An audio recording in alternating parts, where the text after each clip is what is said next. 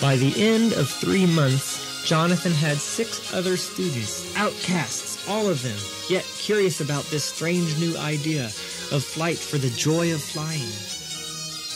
Still, it was easier for them to practice high performance than it was to understand the reason behind it. Each of us is, in truth, an idea of the great Gaul, an unlimited idea of freedom, Jonathan would say in the evenings on the beach. And precision flying is a step toward expressing our real nature. Everything that limits us, we have to put aside. That's why all this high-speed practice and low-speed and aerobatics. And his students would be asleep, exhausted from the day's flying. They liked to practice because it was fast and exciting, and it fed a hunger for learning that grew with each and every lesson. But not one of them, not even Fletcher Gull, had come to believe that the flight of ideas could possibly be as real as the flight of wind and feather.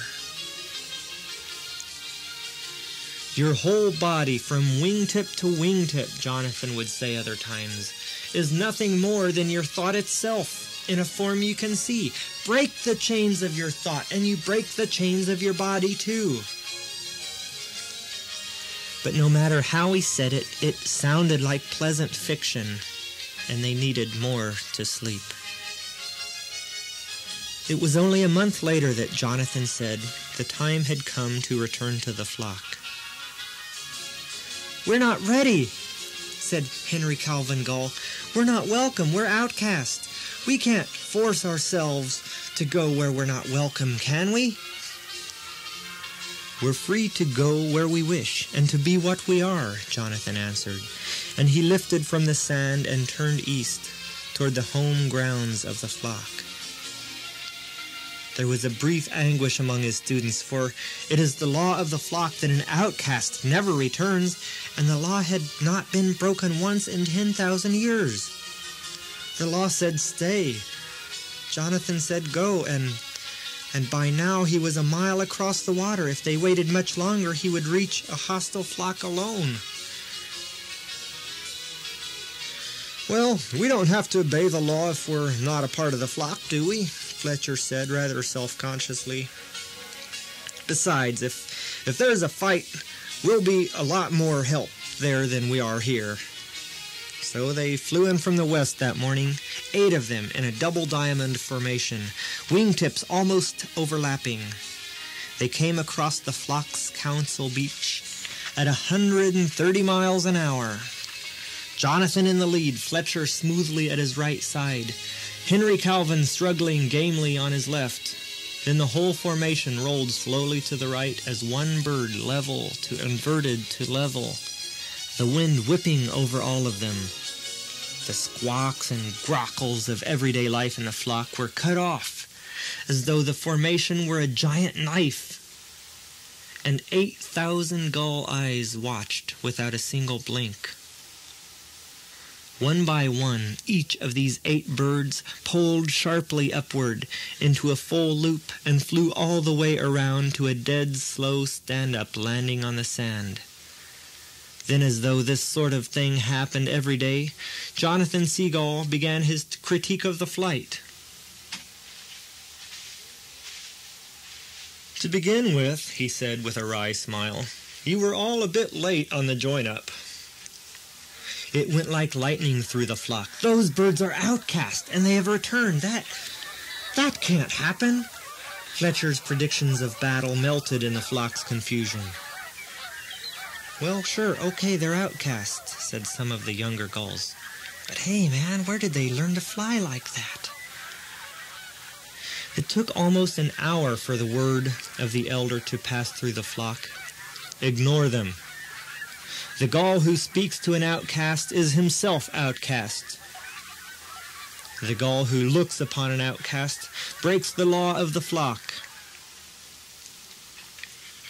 Gray feathered backs were turned upon Jonathan from that moment onward, but he didn't appear to notice.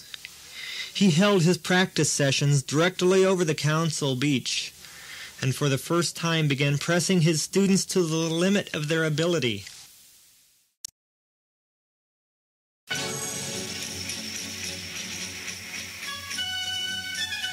"Martingale!" he shouted across the sky. "You say you know low-speed flying? You know nothing till you prove it. Fly!" So quiet little Martin William Seagull, startled to become caught under his instructor's fire, surprised himself and became a wizard of low speeds.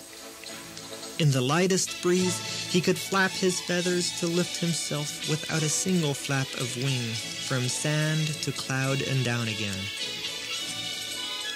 Likewise, Charles Roland Gull flew the great mountain wind to 24,000 feet, came down blue from the cold thin air, amazed and happy, determined to go still higher tomorrow. Fletcher Seagull, who loved aerobatics like no one else, conquered his 16-point vertical slow roll, and the next day topped it off with a triple cartwheel, his feathers flashing white sunlight to a beach from which more than one furtive eye watched.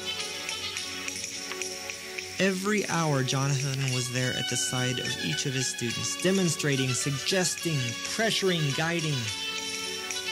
He flew with them through night and cloud and storm for the sport of it, while the flock huddled miserably on the ground. When the flying was done, the students relaxed on the sand, and in time they listened more closely to Jonathan. He had some crazy ideas that they couldn't understand, but then he had some good ones that they could. Gradually in the night, another circle formed around the circle of students. A circle of curious gulls listening in the darkness for hours on end, not wishing to see or be seen of one another, fading away before daybreak. It was a month after their return that the first gull of the flock crossed the line and asked to learn how to fly. In his asking, Terence Lowell Gull became a condemned bird, labeled outcast, and the 8th of Jonathan's students.